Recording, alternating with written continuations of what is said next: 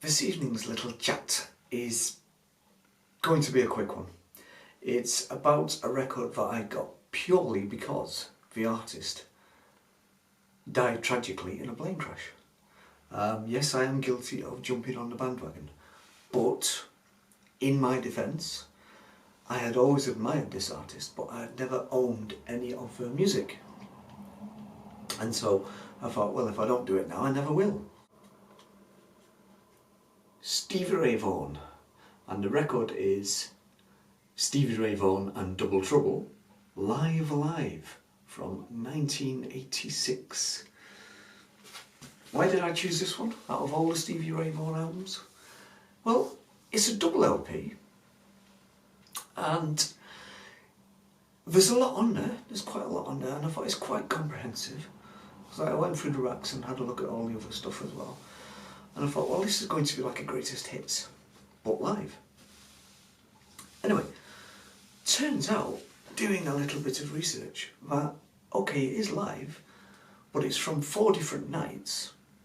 So most of this material is from the previous tour that they'd done on the Soul to Soul record, which has got some great songs on it. But as it turns out, apparently, a lot of this is overdubbed. Now, it sounds absolutely fine to me. I'm not entirely sure what overdubbing means. It must be some kind of subtle thing that goes on all live records, because I've heard that before, I've heard that term before. It sounds fine to me. I mean, great renditions of some great songs. Production is good.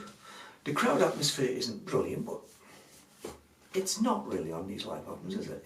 A lot of the time. It's very rare you get anything as good as, say, Alchemy Live or Pack Up the Plantation or anything like that. It's very rare you get anything like that. So, to me it sounds great anyway, whether it's overdubbed or not. You have a number of great photos in here, very comprehensive, as you would expect from a proper double live album. So there's a lot going on, and more pictures of the band on the back there. So what songs have you got on here? Well, you've got Say What, Pride and Joy, which is great. Mary Had a Little Lamb, another classic. Superstition, a great version of Superstition by the band. Obviously, Stevie Wonder's Superstition. Cold Shot, who's a bit of a rocker. Willie the Wimp and his Cadillac Coffin. Another very enjoyable song. Look at Little Sister, brilliant song.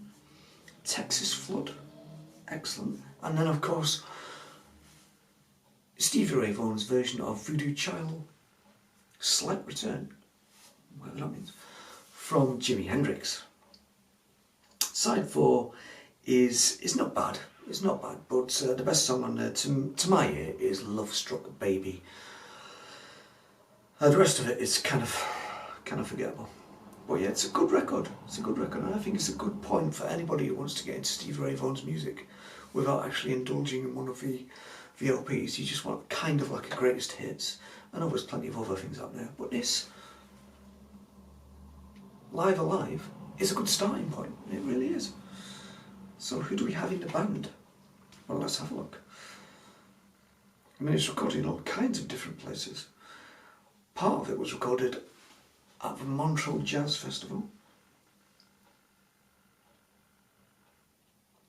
So we have obviously Stevie Ray Vaughan guitars and vocal, Tommy Shannon bass guitar, Chris Whipper Layton on drums, and Rhys Winans, who apart from Stevie Ray Vaughan is the only other musician I've heard of. Rhys Winans on keyboard, as it says here. So as I say, it is a good record, and it's a good starting point for anybody who wants to investigate Stevie Ray Vaughan's music.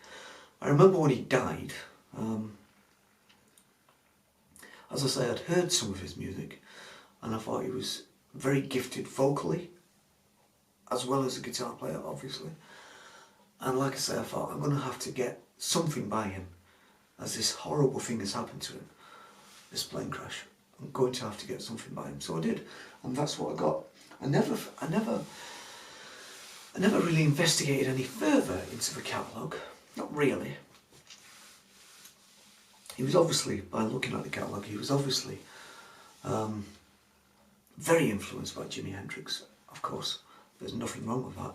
And his guitar tone is as close to Jimi Hendrix as you will get, I think, in my opinion.